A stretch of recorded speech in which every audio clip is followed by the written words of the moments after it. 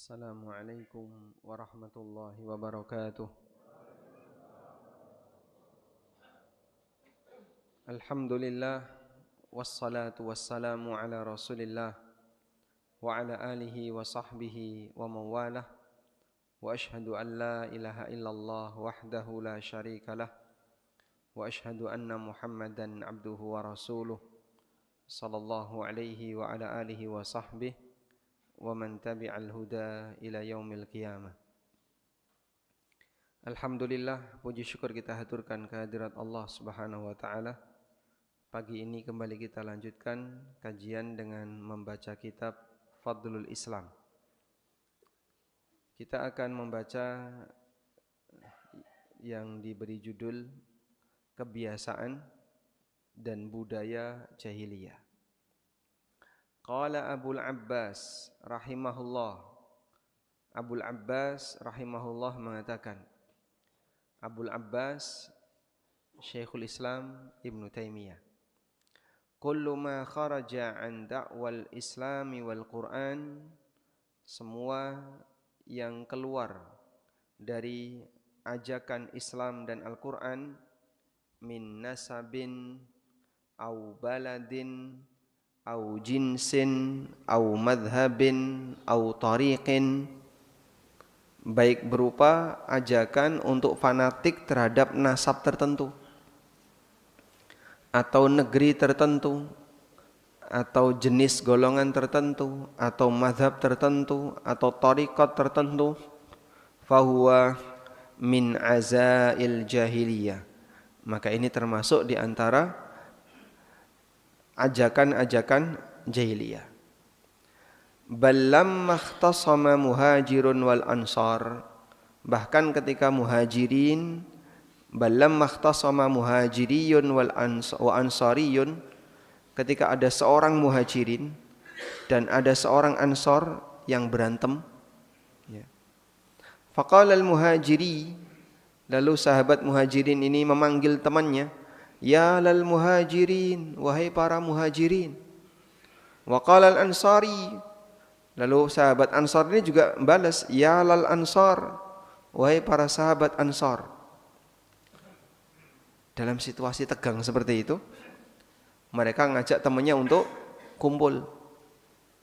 Muhajirin ngundang bolone, Ansor ngundang bolone.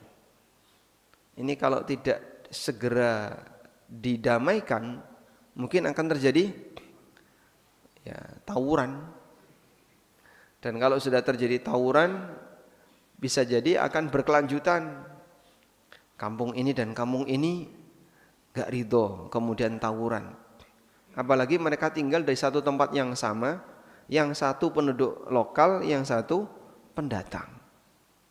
Sampai sekarang kan dipisahkan, dibeda-bedakan ya di Jogja. Siapa ini? Oh, penduduk lokal, pribumi. Yang ini pendatang. Dari mana? Kecamatan sebelah. Ada hak yang berbeda enggak ketika orang tinggal di sebuah kampung, ini pendatang, ini penduduk lokal? Hah? Orang Jogja membedakan. Harusnya gimana? Harusnya enggak boleh dibedakan. Apa bedanya penduduk lokal dan apa bedanya orang pendatang? Kita semuanya pendatang dan akan meninggalkannya. Tapi seperti ini dibeda-bedakan. Ini penduduk lokal, ini pendatang. Kemudian sikapnya itu dibedakan.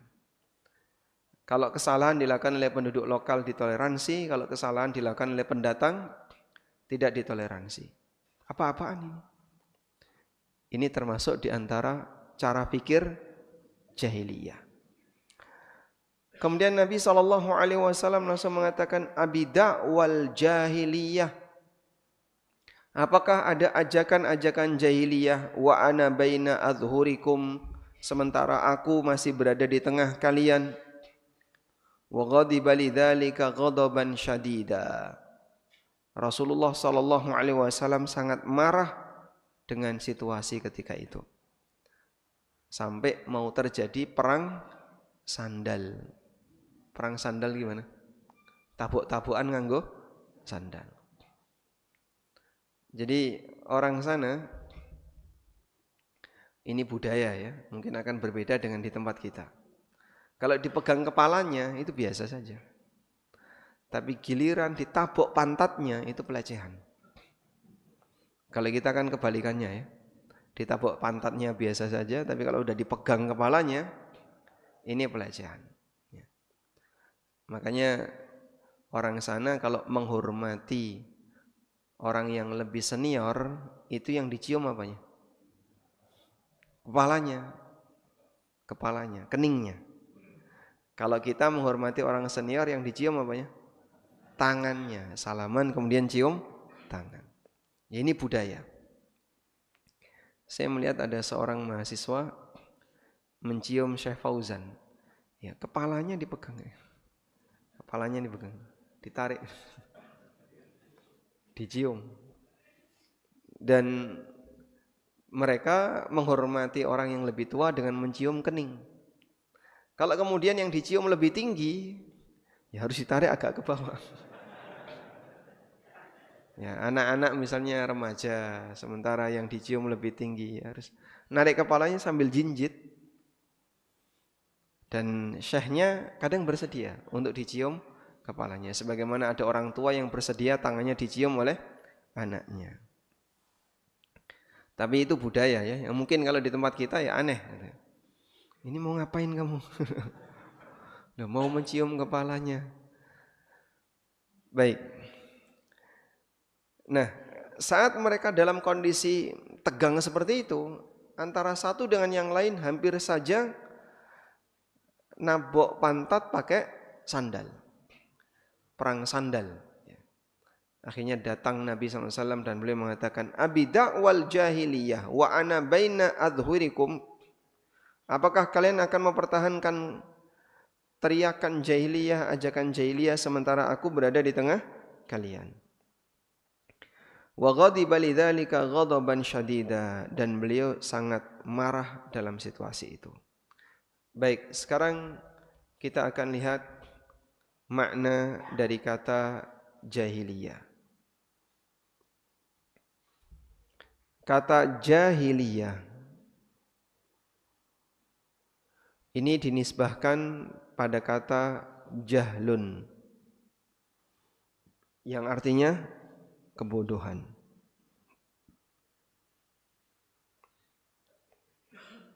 Jahl, jahlun, gini aja, jahlun.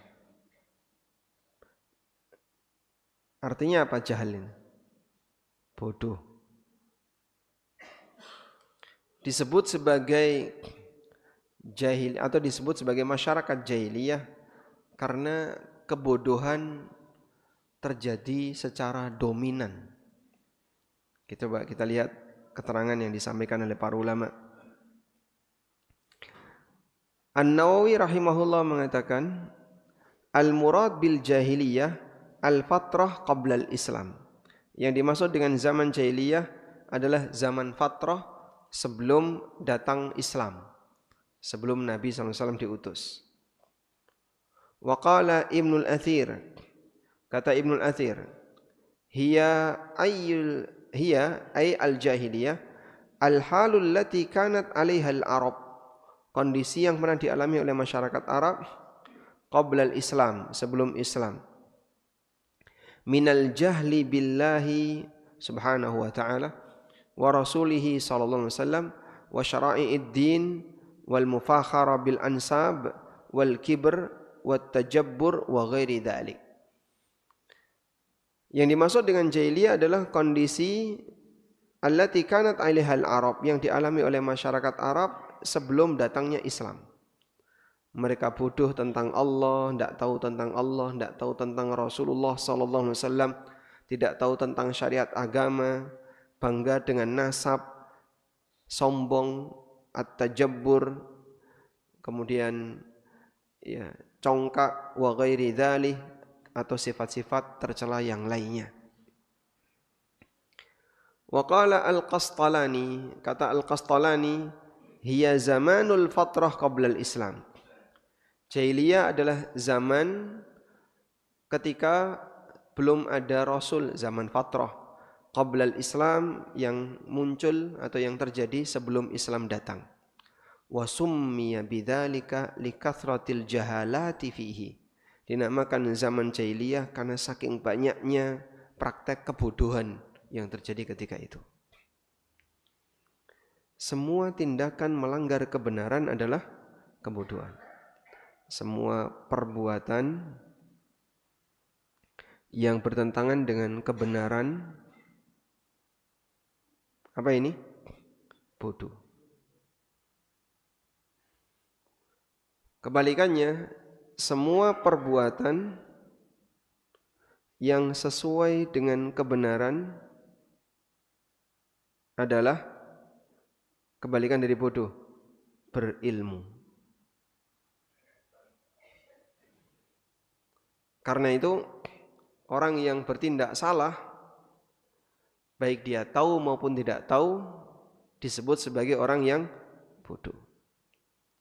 Karena bodoh itu bisa bodoh setelah dia tahu, dan ada bodoh dalam posisi dia tidak tahu. Sebab bodoh ada dua, bodoh yang dimaklumi dan bodoh yang tidak dimaklumi. Baik.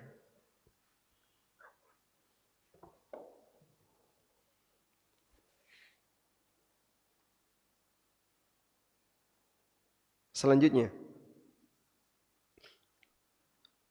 berkaitan dengan kondisi ini, maka para ulama membagi jahiliyah menjadi dua. Jahiliyah ada dua. Pertama, jahiliyah yang sifatnya menyeluruh.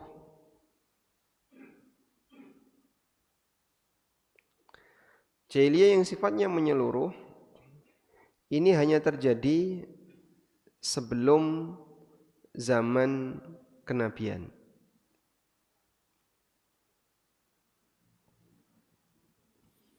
Sebelum Nabi SAW diutus, maka ada sebutan zaman jahiliyah.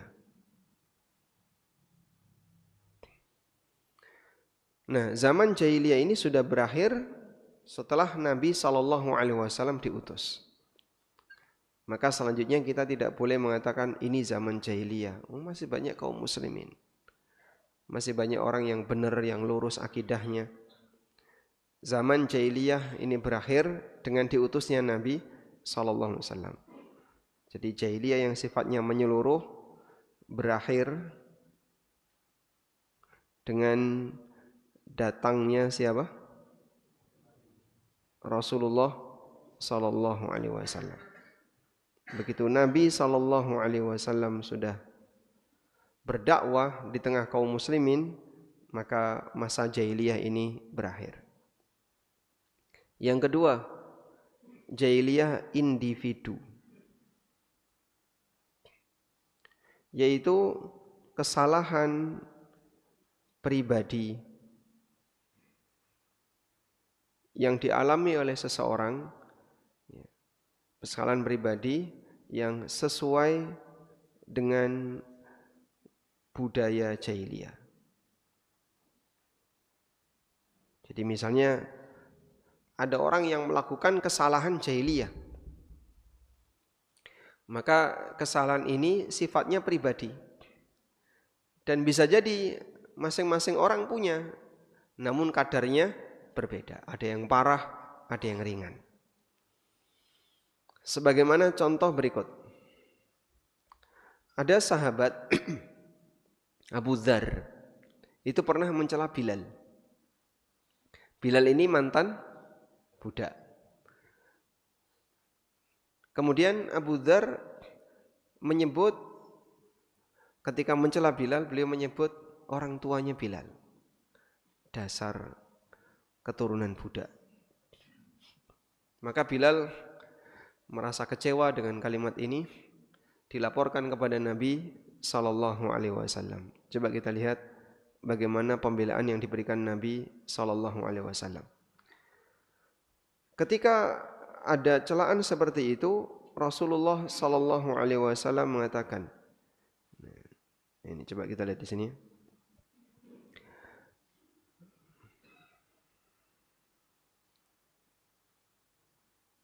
Wa min dzalika mauqifuhu sallallahu alaihi wasallam ma'a Abi Dzar Al-Ghifari.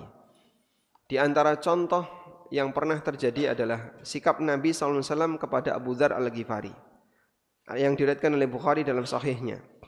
Dari Al-Ma'rur bin Suwaid qala, beliau mengatakan, laqitu Aba Dzarrin bir Rabadah. Aku ketemu Abu Dzar di daerah Rabadah. Fasa'altuhu an dzalika. Kemudian aku bertanya kepada Abu Dzar. Faqala inni sababtu rajulan kana 'abdan fa'ayyartuhu bi ummihi. Aku pernah mencela seseorang yang beliau adalah seorang budak dan aku mencela dengan menyebut ibunya. Abu Dzar mengatakan, ya ibnu sauda, wahai anak orang hitam. Atau ya ibnal ajamiyah, wahai orang asing bukan orang Arab. Faqala lin nabiyyu sallallahu alaihi wasallam. Kemudian Nabi SAW mengatakan kepada Abu Dzar, ya Abu Dzar, a'ayyartahu bi ummi? Wahai Abu Dzar, apakah kau akan mencela orang ini dengan menyebut nama ibunya? Lalu Nabi SAW mengatakan, innaka mru'un fika jahiliyah. Sesungguhnya engkau adalah orang yang dalam dirimu ada kebiasaan buruk jahiliyah. Sehingga sekelas sahabat Abu Dzar mengalami itu dan disebut oleh Nabi SAW sebagai orang yang melakukan praktek jahiliyah. Tapi jahiliyah yang sifatnya apa ini? Individu. Sehingga yang mengalaminya adalah kesalahan pribadi dan bukan kesalahan sosial. Ikhwanukum khawalukum, semua saudara kalian adalah keluarga kalian. Ja'alahumullahu tahta aidikum. Dan budak itu Allah Subhanahu wa taala jadikan di bawah kekuasaan kalian. Faman kana akhuhu tahta yadihi. Siapa yang saudaranya, yaitu budaknya, ada di bawah kuasanya, falyut'imhu mimma ya'kul. Hendaknya dia kasih makan sesuai dengan apa yang dia makan. Wal yulbishu mimma yalbas. Hendaknya dia ngasih pakaian sesuai dengan apa yang dia pakai. Wala tukallifuhum ma yaghlibuhum. Jangan membebani mereka dengan sesuatu yang tidak bisa mereka lakukan. Fa in kallaftumuhum fa'inuhum. Kalau mereka diberi tugas, bantulah mereka untuk meringankan tugasnya. Baik. Sehingga di sini contoh akhlak mulia yang diajarkan Nabi SAW. Mencela ibu, mencela bapak, misalnya dasar anak dasar anak budak, dasar anaknya orang hitam, dasar keturunan hitam. Di sini kalimatnya ya ibnas sauda, wahai putra dari orang hitam. Nah, Bilal ketika itu kemudian emosi lapor kepada Nabi Sallallahu Alaihi Wasallam. Ya, kalau di tempat kita apa kira-kira? Yang mirip seperti ini? Enggak, yang menyebut ras kemudian kelompok tertentu lalu dijadikan sebagai bahan celaan. Oh, dasar Cina. Masuk. Termasuk ya. Termasuk. Sehingga apa salahnya mau orang Jawa, mau orang Cina, mau dasar bule. Dasar londo misalnya. Loh, apa salahnya? Dia mau dilahirkan dari keturunan A, keturunan B, keturunan C, itu tidak prestasi, bukan prestasi, karena itu sifatnya di luar pilihan manusia. Manusia nggak bisa milih kita mau jadi keturunan siapa. Ya. Baik, yang terjadi terkadang dendam sejarah itu masih melekat. Dendam sejarah. Sehingga dulu nenek moyangnya pernah mengalami ketegangan, peperangan, dan seterusnya. Akhirnya keturunannya ikut-ikutan. Jadi dendam sejarah. Baik. Antara Jawa dengan Sunda. Punya dendam sejarah Pak ya? Nah, pernah terjadi perang. Dulu, terutama Jawanya ini bukan semua Jawa ya. Jawa Timur. Dengan Sunda. Dan sebagian orang masih megangi ini. Sehingga orang Sunda pantangan nikah dengan Jawa Timur. Jawa Timur juga pantangan nikah dengan orang Sunda. Saya punya teman kuliah ini. Yang laki-lakinya Jawa Timur, yang perempuannya Sunda. Dulu sudah mau nikah. Orang tuanya nggak setuju. Bapaknya keras banget ini yang Jawa Timur. Kita tidak boleh nikah dengan wanita Sunda. Yang Sunda, wallahu alam. Di Sunda tidak ada jalan Majapahit. Ada. Jalan Gajah Mada ada nggak? Nggak ada. Karena dendam sejarah. Kira-kira masih perlu dipertahankan nggak kayak gini? Hah? Masih perlu dipertahankan nggak? Nggak ya? Sudahlah lupakan saja. Karena kalau kita masih mempertahankan seperti ini, justru ini bertolak belakang dengan prinsip membangun kebaikan. Kontraproduktif. Akhirnya ketegangan yang tidak ada selesainya. Sekarang alhamdulillah sudah mulai disadari. Kalau orang tua dulu, Masya Allah cukup serius. Tapi sekarang sudah mulai berkurang. Sehingga ada yang membangun hubungan baik. Bapak tahu janda Pak? Jawa, Sunda. Nah ini gabungannya ya. Baik, tidak ada hubungannya ya. Selanjutnya, setelah kita paham bahwasanya jahiliyah itu bisa dialami oleh individu tertentu, maka terkadang ada orang melakukan kebiasaan buruk yang itu dialami oleh orang jahiliyah di masa silam. Sehingga bisa saja seorang muslim melakukan dosa dan kesalahan seperti yang dilakukan oleh orang jahiliyah. Sebagai contoh kemarin ya, memberontak pemerintah yang sah. Memberontak pemerintah yang sah. Disebut oleh Nabi SAW sebagai tindakan jahiliyah.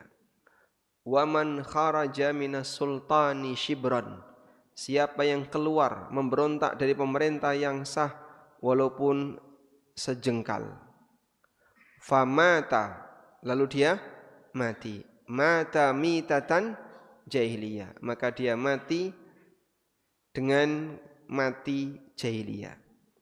Jadi ini kalau sampai mati disebut oleh Nabi SAW mata mitatan jahiliyah.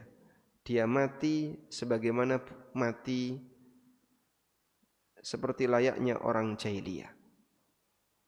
Mati jahiliyah itu maksudnya mati dengan membawa kebiasaan buruk jahiliyah.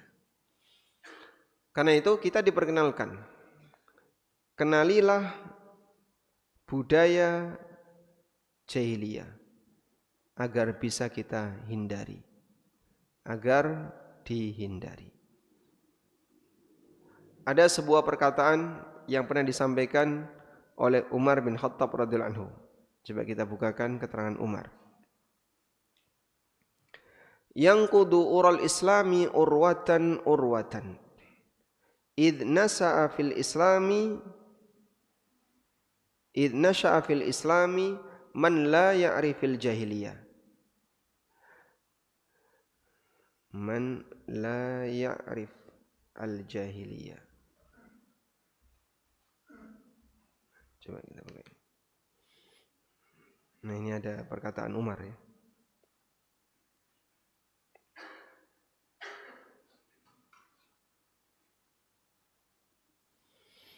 Umar bin Khattab radhiyallahu anhu pernah mengatakan, innama tanqudu ural islami urwah urwah. Simpul-simpul Islam itu lepas satu demi satu. Jadi Anda lihat seperti rantai. Rantai ini akan nyambung kalau semua unsurnya dia dalam kondisi tertutup. Umar bin Khattab radhiyallahu anhu mengatakan, "Innama tanqudu ural islami urwah-urwah." Ikatan simpul Islam ini lepas satu demi satu. Sehingga akhirnya tidak nyambung lagi. Id nasya'a fil islami man la ya'rifil jahiliyah.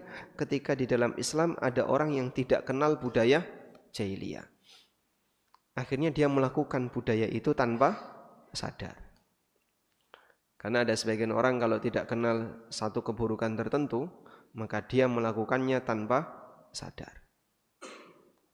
Ada ungkapan pepatah, "Araftu syarra la lisyarri walakin litawaqqihi wa man lam ya'rifi syarra minal khairi yaqa' fihi." Aku mengenali keburukan bukan untuk diamalkan, tapi dalam rangka dihindari. Karena siapa yang tidak tahu mana yang baik, mana yang buruk, bisa jadi dia terjerumus ke dalam keburukan.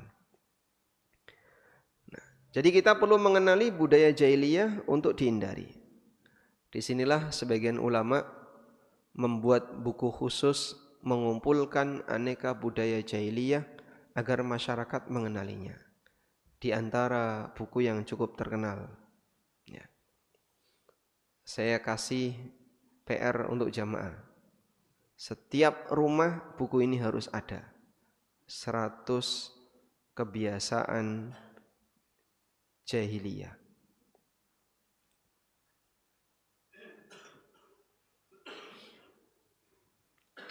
Karya kalau nggak salah Syekh Mahmud Syukri Al-Alusi. Syekh Mahmud Syukri Al-Alusi. 100 kebiasaan jahiliyah. Buku ini adalah syarah untuk kitab yang berjudul Masail Jahiliyah, karya Syekh Muhammad bin Sulaiman At-Tamimi. Ini versi terjemahan Indonesia. Semoga masih bisa didapatkan, karena buku ini katanya sempat sudah tidak naik cetak ya. Nah, kita perlu membaca seperti ini agar kenal, oh ternyata ini kebiasaan buruk dan kita pernah melakukannya. Biar tidak lagi berulang, maka seperti ini perlu kita kenali agar kita tidak melakukannya. Walhamdulillah. Baik. Selanjutnya kita beralih ke bab baru. Babun wujubud dukhul fil islami kullihi wa tarki ma siwa.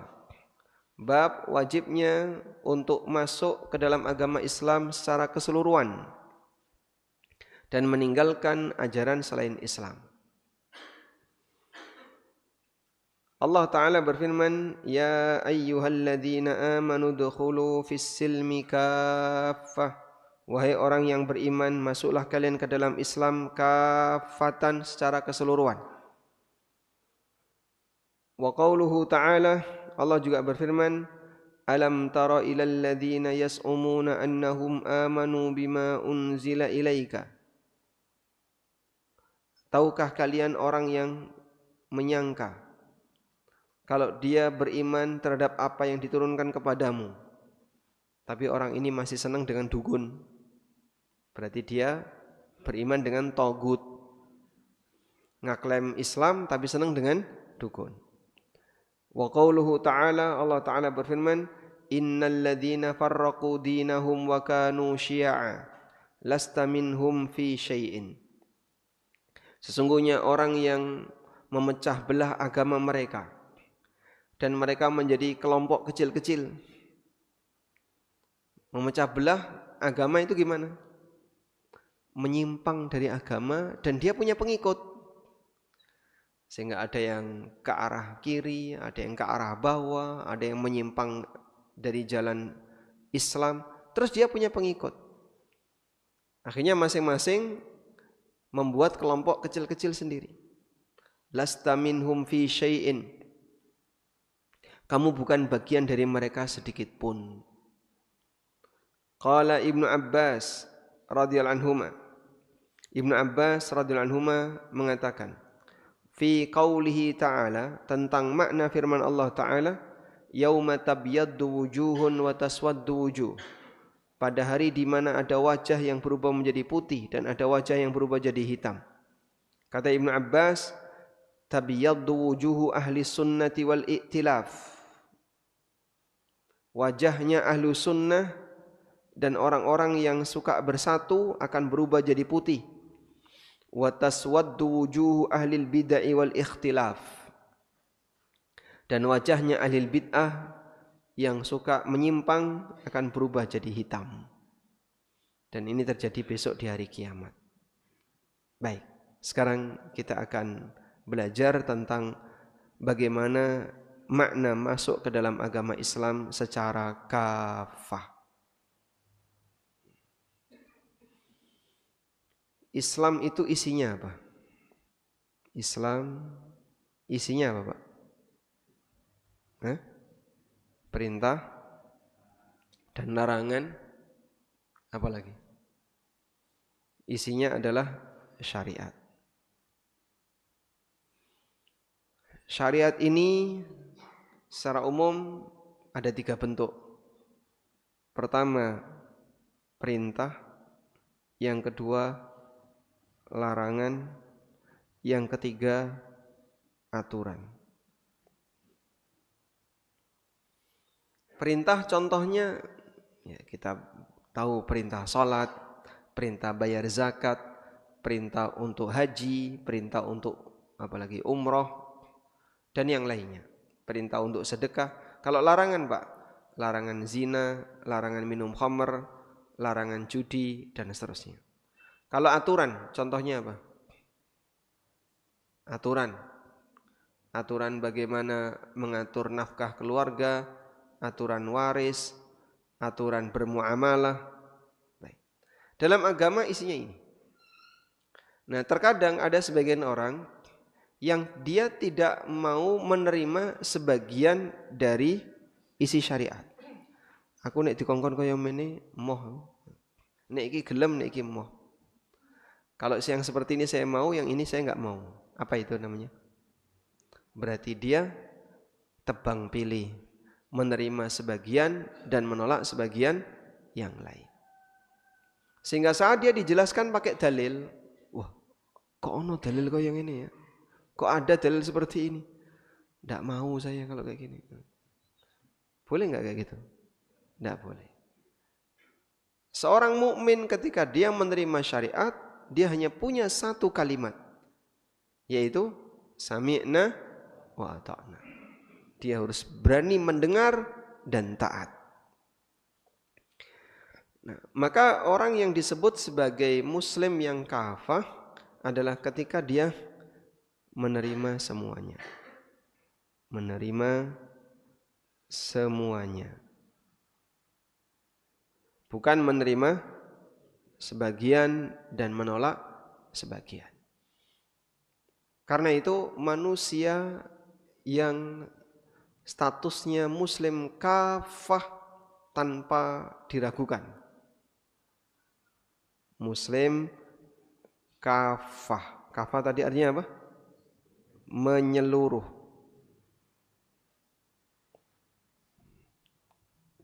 Contoh manusia muslim kafah adalah Nabi sallallahu alaihi wasallam.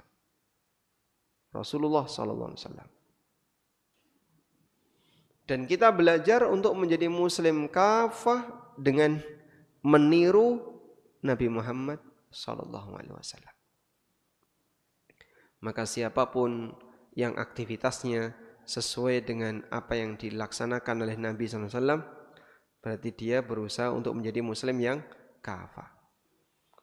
Sebab sekali lagi ada sebagian orang yang kadang mau menerima dan ada yang tidak mau menerima. Baik. Allah Subhanahu wa taala perintahkan orang yang beriman, udkhulu fis-silmi kafah. Masuklah kalian ke dalam Islam kafatan secara menyeluruh. Sehingga ajaran apapun yang datang dari Islam dia terima. Baik yang berkaitan dengan hubungan dia dalam ibadah berkaitan dengan hubungan dia dengan orang lain dalam bermuamalah, berkaitan dengan pengaturan yang ada pada fisiknya. Allah Subhanahu wa taala mengatur para hambanya. Saya mau tanya, fisik kita ini diatur oleh agama atau tidak, Pak? Sebutkan aturan yang berkaitan dengan fisik. Ada aturan tentang pakaian, ada aturan tentang potong-potong, ya. Potong kuku, potong kumis. Ada aturan tentang potong rambut. Nah, itu kan punya kita, terserah kita. Orang kafir kan tidak mau diatur kayak gitu. Sehingga mereka ini punya prinsip, masing-masing orang punya hak pribadi untuk memberlakukan badannya. Mana yang ditindik 10 di sini. Telinganya ditindik 10. Ada yang tindiknya ditaruh mana?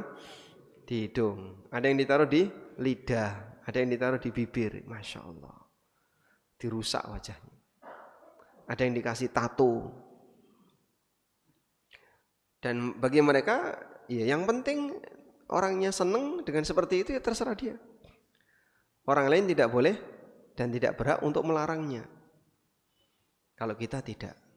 Ada aturan agama yang mengatur fisik. Fisikmu diatur oleh Allah. Enggak boleh ini, enggak boleh ini, enggak boleh ini. Tato boleh enggak, Pak? Enggak boleh. Apa hukum tato, Pak? Dosa besar. Tato itu dilaknat oleh Rasulullah sallallahu alaihi wasallam. Dan sekarang jadi kebanggaan. Sehingga perempuan juga ikut ditato, ditaruh di kaki, taruh di tangan, taruh di mana. Itu muslimah. Dia seorang muslimah. Yang laki-laki tato tangan itu kan sekarang sudah mulai banyak menjamur ya. Tato di betis itu banyak menjamur. Pokoknya yang penting gimana dia bisa menampakkan tatonya. Ya. Alhamdulillah di beberapa daerah yang jauh dari pengaruh budaya orang barat seperti ini masih sedikit. Tapi di daerah yang budaya orang barat itu cukup dominan, seperti ini makin banyak. Ya, saya kalau boleh ambil contoh, di Bali itu orang yang bertato banyak sekali, baik muslim maupun non muslim. Ya, karena interaksi mereka, sehingga lihat orang barat pakai tato, ikut-ikutan pakai tato. Dan kayaknya di Jogja juga cukup banyak, karena turisnya banyak.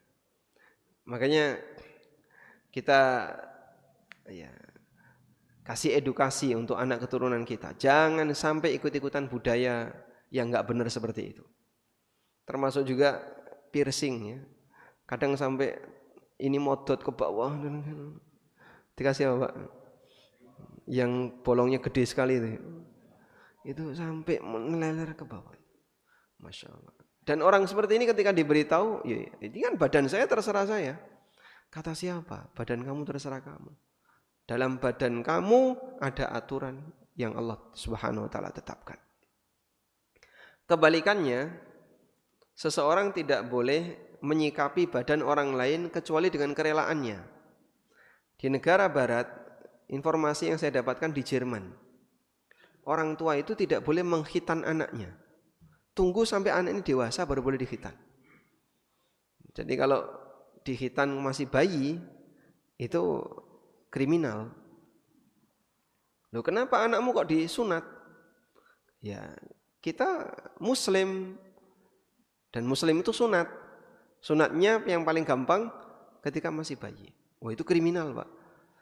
Kamu tahu bayi ini setuju kalau dia disunat? Ya enggak tahu, dia masih bayi. Tapi kalau dia sudah besar, sudah usia 17 tahun, 18 tahun, saya mau sunat. Nah, itu baru ada tanda tangan resmi dari dia bersedia untuk mendapatkan tindakan. Nah, ini contoh orang yang dia tidak mau diatur badannya. Ada juga orang yang tidak mau diatur keluarganya. Ya. Mungkin Bapak Ibu pernah lihat hadis ini.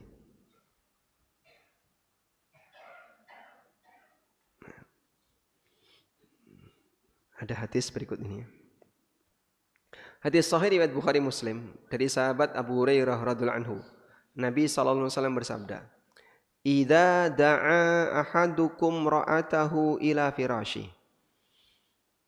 Kalau ada seorang lelaki mengajak istrinya ke ranjang, fa'abat antaji'a, tapi istrinya enggak mau datang. La'anat hal malaikatu hatta tusbih. Maka wanita ini akan dilaknat oleh malaikat sampai subuh. Ada ibu-ibu komentar, itu malaikat kenapa ngurusi rumah tangga orang? Masya Allah. Subhanallah. Kenapa malaikat ngurusi rumah tangga orang? Malaikat kurang kerjaan. Subhanallah. Ada yang ngomong kayak gitu, Pak. Berarti dia nggak terima dengan hadis seperti ini. Ini kan jelas hadis yang sahih. Sehingga ketika hadis ini dibacakan, ada yang komentar seperti itu, ibu-ibu. Ngapain tuh malaikat ngurusi rumah tangga orang? Kalau suami istri mau berantem, mau akur kan urusan mereka. Malaikat nggak usah ikut campur. Subhanallah. Contoh yang lain ya. Nabi SAW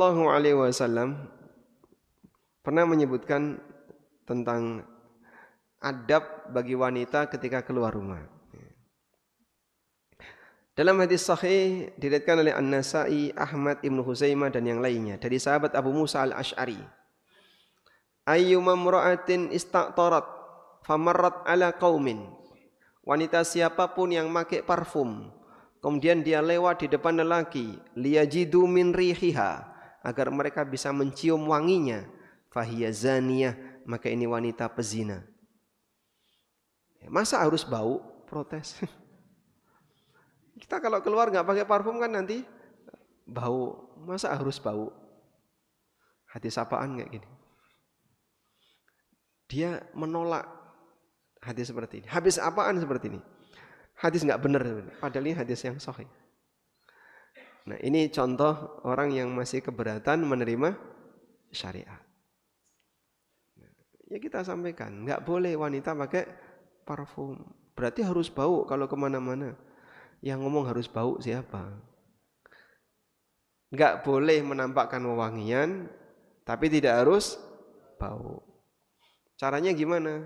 Ya kamu mandi dulu. Ada teman-teman yang belum nikah ini.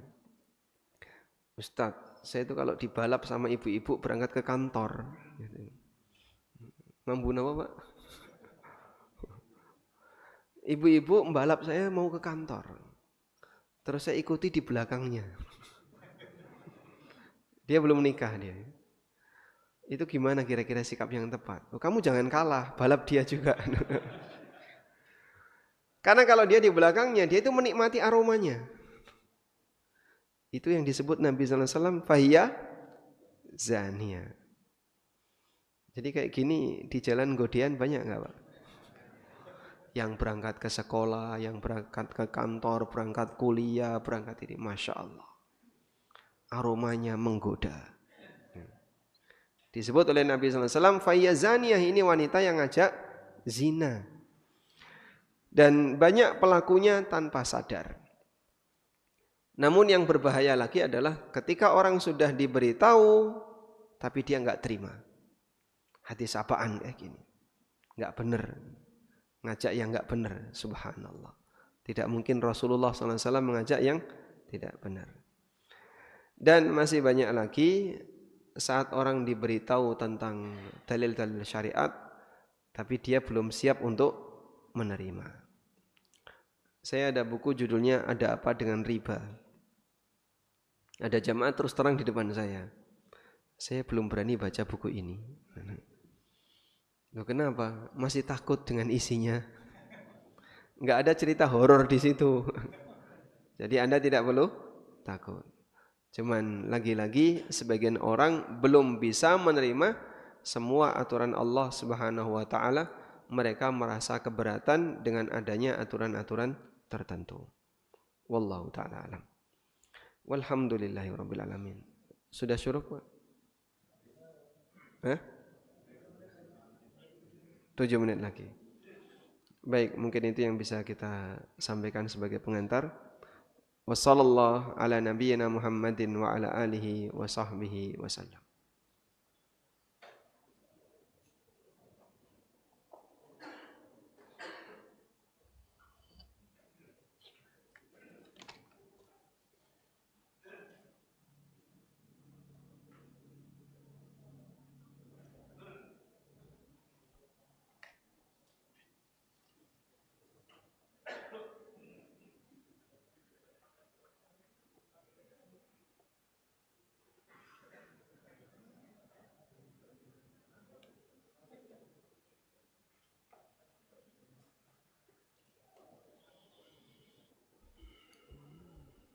Ada pertanyaan?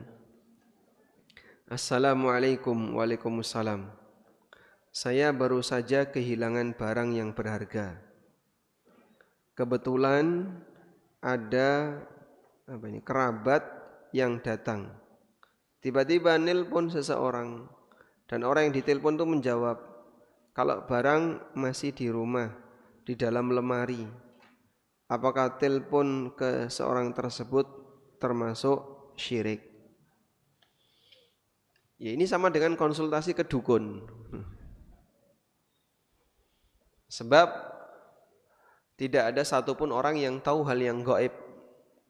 Dan termasuk di antara hal yang gaib adalah sesuatu yang tidak pernah kita indra dan kita tidak punya informasi tentang itu.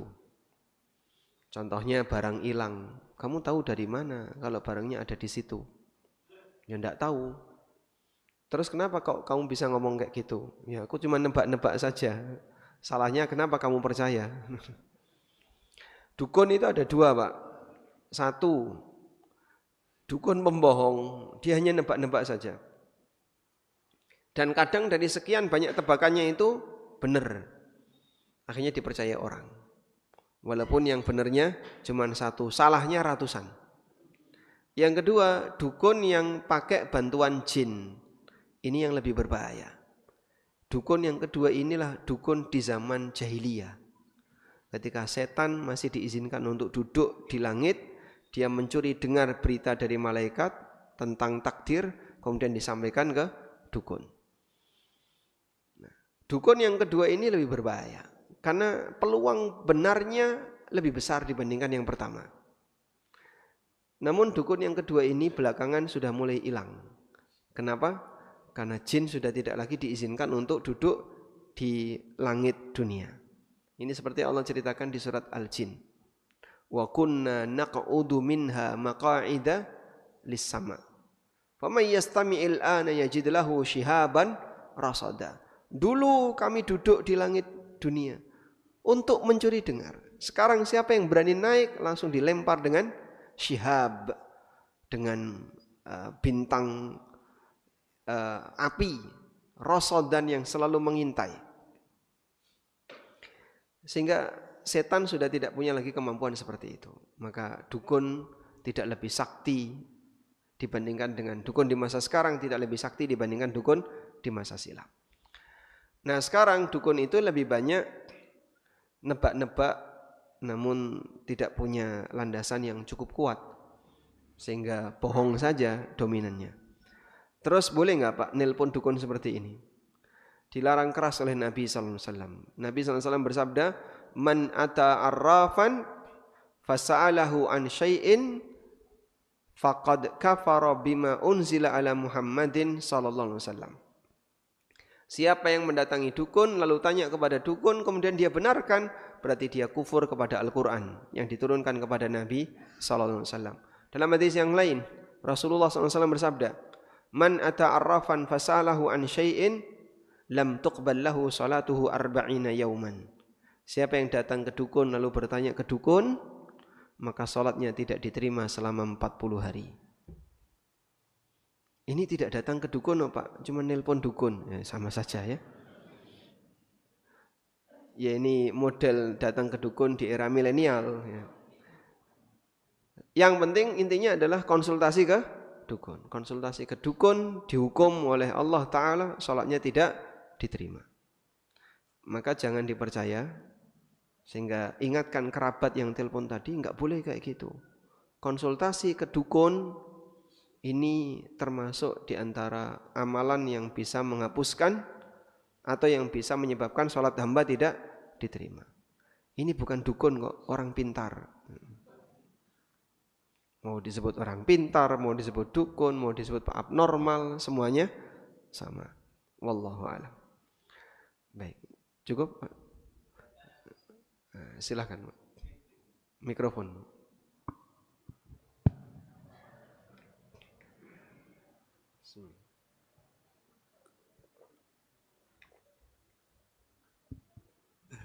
Assalamualaikum warahmatullahi wabarakatuh. Waalaikumsalam warahmatullahi wabarakatuh. Mohon izin bertanya Pak Ustadz, ada 2 pertanyaan.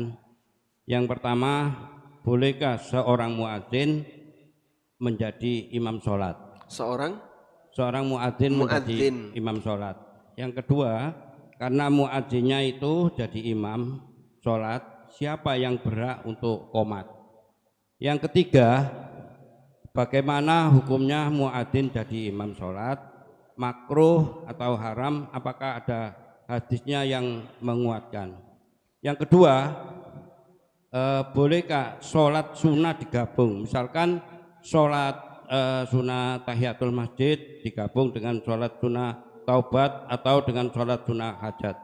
2 pertanyaan itu Pak Ustadz, mohon pencerahannya. Assalamualaikum warahmatullahi wabarakatuh. Waalaikumsalam warahmatullahi wabarakatuh. 2 atau 4 tadi Pak? 2 tema tapi isinya 4 pertanyaan. Baik, tema yang pertama, bolehkah muadzin jadi imam salat? Tidak ada larangan tentang ini. Karena yang berhak jadi imam adalah pertama imam ratib. Yang kedua badal imam ratib atau pengganti imam. Coba di depan ini bawah ada tulisan apa itu? Imam cadangan. Itu badal imam ratib. Setelah itu adalah orang yang dia paling banyak hafalan Qur'annya. Kemudian urutan berikutnya yang paling paham sunnah, urutan berikutnya yang paling duluan hijrah, urutan berikutnya yang paling senior usia. Sehingga berkaitan dengan urutan jadi imam, yang pertama adalah warga setempat yang sudah mendapatkan mandat, berarti imam ratib, imam tetap. Kalau tidak ada, penggantinya imam tetap, imam cadangan. Kalau 2 ini tidak ada, takmirnya tidak ada, semuanya orang luar. Nah, kalau orang luar seperti ini, yang paling banyak hafalan Qur'annya, orang ngerti kabeh Pak, gak saling kenal. Terus siapa yang paling duluan masuk Islam? Muslim semua dari bayi.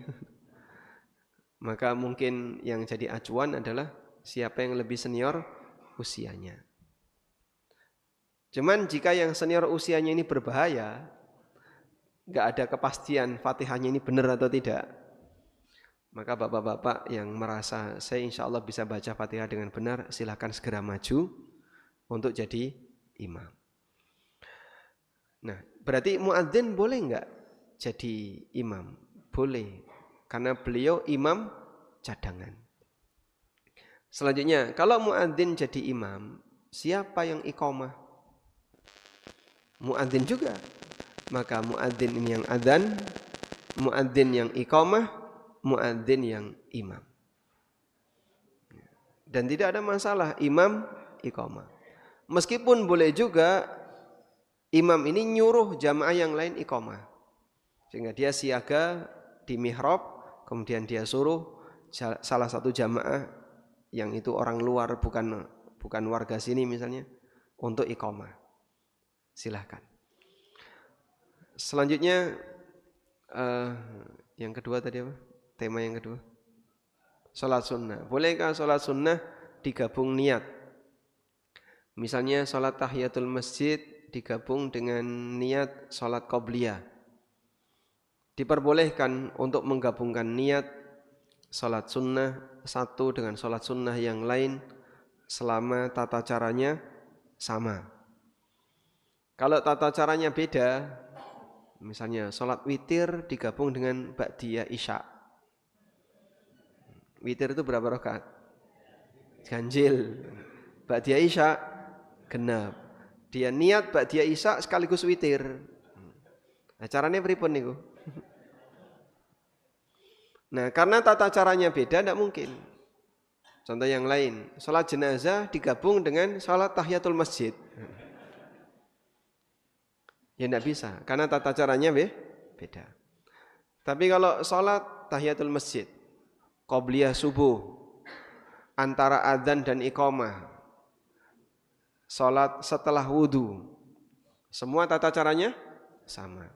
Gabung niat semuanya bisa. Rasulullah SAW mengatakan, wa innama likulli imri'in ma nawa. Seseorang mendapatkan sesuai dengan apa yang dia niatkan. Wallahu a'lam. Satu lagi Ustaz. Assalamualaikum warahmatullahi wabarakatuh. Waalaikumsalam warahmatullahi wabarakatuh. Izin bertanya. Kita sepakat bahwasannya sunnah Nabi sampai hari kiamat akan tetap menjadi sunnah Nabi karena langsung dari wahyu. Sedangkan di zaman kepemimpinan Umar, pengamalan sunnah Nabi ada beberapa yang mengalami sedikit penyesuaian. Contoh, masalah talak, sholat tarawih, qunut subuh, dan masalah isbal. Edukasi apa yang bisa disampaikan perihal hal tersebut? Karena mungkin sebagian dari umat ini mengambil pendekatan yang berbeda dari pendekatan yang dilakukan oleh sahabat Umar. Jazakallahu khairan. Baik. Yang perlu dipahami seperti ini. Terkadang ada sesuatu yang belum viral, tapi kemudian jadi lebih viral. Ada sesuatu yang dulunya pernah viral, kemudian jadi berkurang. Itulah perubahan yang ada antara di zaman Nabi SAW dengan di zaman Khulafaur Rasyidin. Sebagai contoh mengenai kodifikasi Al-Quran. Di zaman Rasulullah SAW, kenapa Quran tidak disatukan? Faktor utamanya apa? Beliau masih hidup, sehingga ada memungkinkan wahyu yang turun. Kalau ada wahyu yang memungkinkan turun, bisa jadi wahyu itu menghapus yang sudah pernah turun atau nambahi yang belum turun.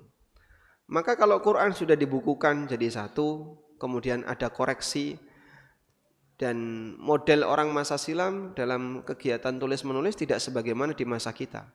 Tinggal delete selesai kan.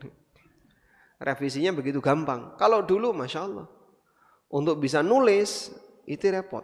Anda bisa bayangin ya. Tulang belikat tahu Pak?